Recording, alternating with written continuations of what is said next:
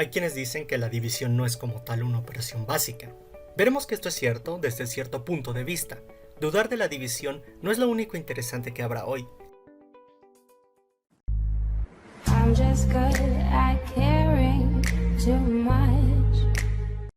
La gran mayoría de nosotros aprendió que dividir es algo así como partir. Los típicos ejemplos.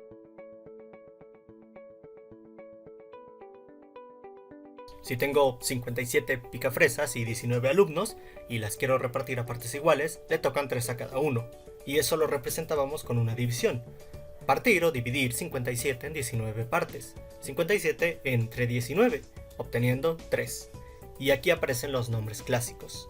Al de arriba, al que será partido, se le llamará numerador. Al de abajo, el número de partes, denominador. Y es el que le da su identidad, entre comillas, es el importante. El resultado será el cociente. Flashbacks de la primaria.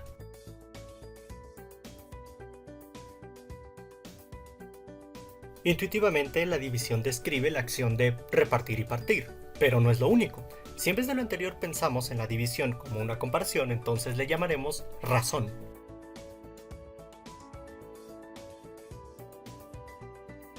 Si en una bolsa hay 60 picafresas y 140 tamborcitos, la razón es 60 a 140.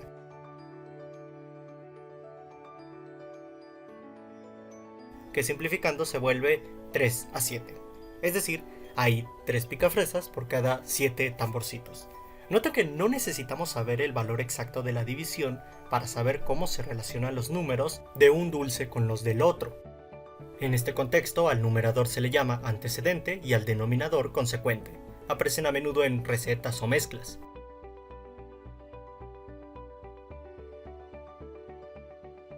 Incluso, el llamado aspecto de un dispositivo es una razón entre el ancho y el alto de la pantalla. Bueno, es momento de empezar a meterles cuestiones en la cabeza que ni siquiera se habían preguntado. Tengo 11 kilos de azúcar y los quiero poner en 7 bolsas iguales. ¿Cuánto debo ponerle a cada bolsa? Hay que partir 11 en 7 partes. 11 entre 7, que por desgracia no da un número exacto, entero pues. Y aquí vienen los recuerdos turbios de la primaria, porque para saber exactamente cuántos gramos debían ir a la bolsa, había que hacer la famosa casita, con un algoritmo que memorizamos, pero que la gran mayoría, y me incluyo, no entendimos por qué diablos funcionaba. También nos hacían aprendernos las partes de esta casita, pero apostaría que nadie les dijo dónde localizarlas en una fracción. El número menor más cercano al 11, que pertenece a la tabla del 7, que es el divisor, es 7. Así que en vez de escribir 11 podemos hacer 7 más 4. Rompemos la fracción, simplificamos y ahí están cada una de las partes. La ruptura de la fracción es lo que hace al método de la casita funcionar y se basa en encontrar uno a uno los números del cociente. Centenas, decenas, unidades. Ahora haremos 1234 entre 7. En la casita agarrábamos los primeros dos dígitos, el 12. ¿Por qué? Bueno, si se acuerdan de la tabla del 7, tabla que la enorme mayoría de los latinoamericanos aprendimos a putazos, casi todos los resultados tienen dos dígitos, así que es más fácil encontrar un múltiplo de 7 que se le acerque a cierto número si este tiene dos dígitos. Solo necesitamos saberla del 1 al 10, aunque eso nos traiga recuerdos ignominiosos. En la casita dividimos 2 entre 7, pero en la fracción tenemos un 1234. ¿De dónde sale ese 12? De escribir 1234 como 12 por 100 más 34. Descomponemos así porque es la manera de tener al 12 solo. Se rompe la fracción y únicamente debemos dividir 12 entre 7, la única división que haremos ahorita.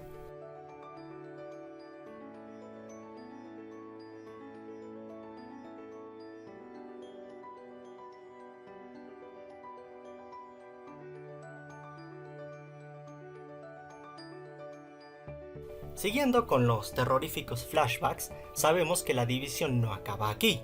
En la escuela les enseñaron a rajatabla que lo que seguía era bajar el siguiente número. ¿Cómo que bajar? ¿Por qué? ¿Por qué bajar solo el siguiente? Y ahora se supone que, tras obedecer ciegamente, hay que ver cuántas veces cabe el 7 en ese 53 que se creó. ¿Y qué es ese 53? ¿En qué parte de la fracción aparece? Se convirtió en 100. El resultado y los sobrantes se juntan, dando 534 séptimos. Si escribimos 534 como 53 por 10 más 4, hemos hecho aparecer ese 53. Y de nuevo solo necesitamos dividir 53 entre 7. El número de la tabla del 7 más cercano a 53 es 49. Así que 53 es 49 más 4, rompemos y seguimos. Y qué casualidad que el 4 sobrante de las fracciones es el 4 sobrante de la casita.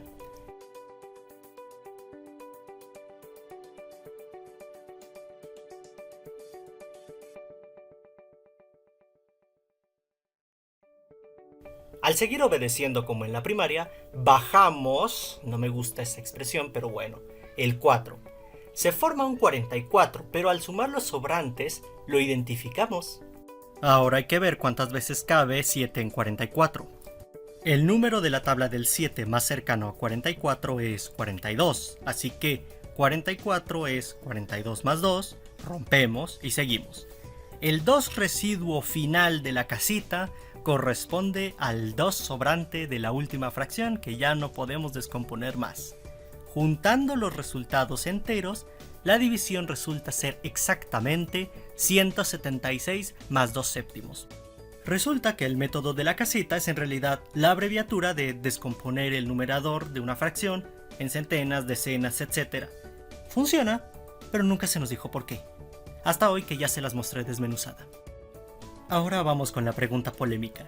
¿En serio hay gente que no toma la división como una operación básica de verdad? Pues sí, y me incluyo. Y es que, aunque su interpretación es diferente a la de las otras operaciones, resulta ser que, al menos estructuralmente, la división es un caso particular de multiplicación.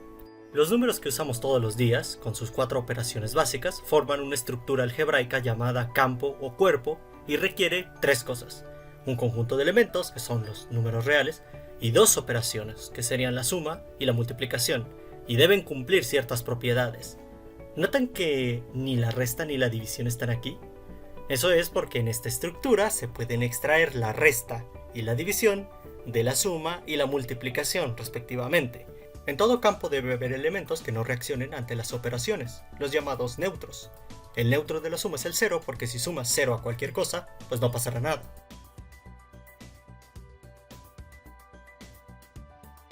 El neutro de la multiplicación es 1 porque si multiplicas 1 a cualquier cosa, no pasa nada.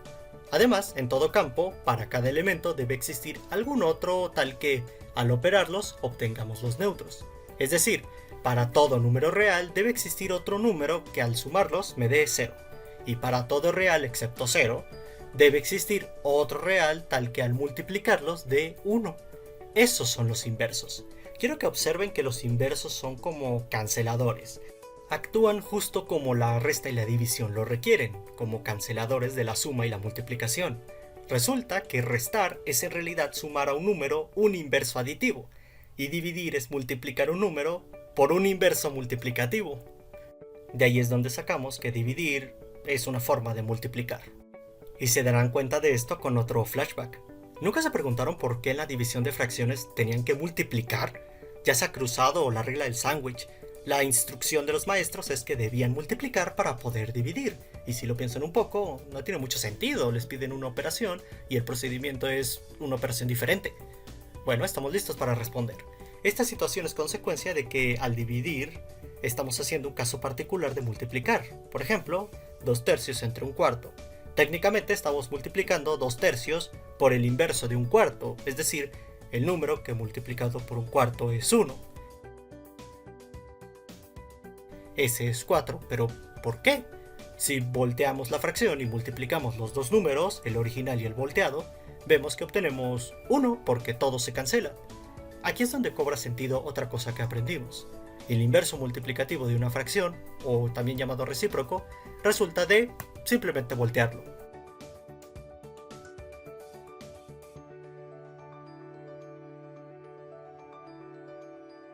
Además, tanto multiplicar como dividir por 1 no le hacen nada a los números.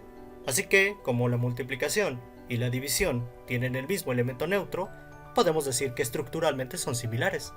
Entonces, nuestra operación es equivalente a multiplicar 2 tercios por 4 entre 1, o sea, 8/3.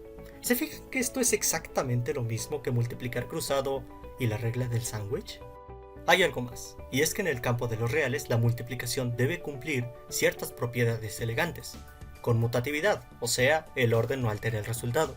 Asociatividad, o sea, las operaciones se pueden agrupar en bloques a conveniencia. Distributividad, o sea, multiplicar una suma es lo mismo que sumar las multiplicaciones. Pero, aunque la división es como la multiplicación, son los inversos los que se portan muy mal con algunas propiedades, por lo que la división ya no las cumplirá. No es conmutativa, y tiene sentido, no es lo mismo repartir 3 frambuesas entre un conejo que una frambuesa entre 3 conejos. Tampoco es totalmente asociativa, provocando que no podamos agrupar las divisiones como querramos.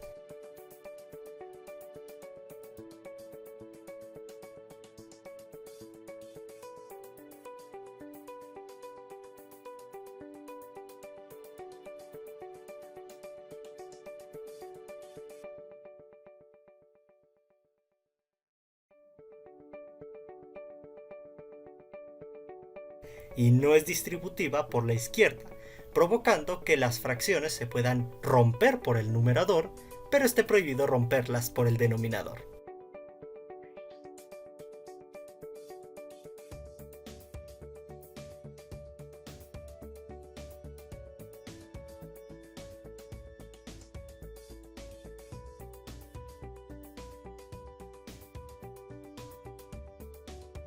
En cambio, las propiedades anteriores, todas sí les cumplen la multiplicación. Entonces, por ser un caso particular y portarse tan mal, se dice que la división no es una operación básica propiamente dicha, porque su comportamiento no se adecúa a una operación que esté directamente relacionada con la estructura de campo. La división puede derivarse de la multiplicación, pero no está al mismo nivel, no está tan arraigada en la base del campo, no es un pilar en la estructura, no tan fuerte como lo es la multiplicación. De hecho, se porta tan mal que otros objetos como matrices, vectores, operadores vectoriales, sucesiones o tensores no aceptan una noción de división total o parcialmente. Aún así, esta operación es muy útil y aparece tanto en la vida cotidiana que con todo y todo se le ha puesto entre las 4 operaciones que todo mundo debe saber. Y además de la regla del sándwich, hay otros lados donde sin saberlo hemos aprovechado que la división es como una multiplicación. Miren esta igualdad de fracciones. Escribimos a los denominadores como inversos, podemos deshacernos de ellos si los multiplicamos por los números de los que son inversos.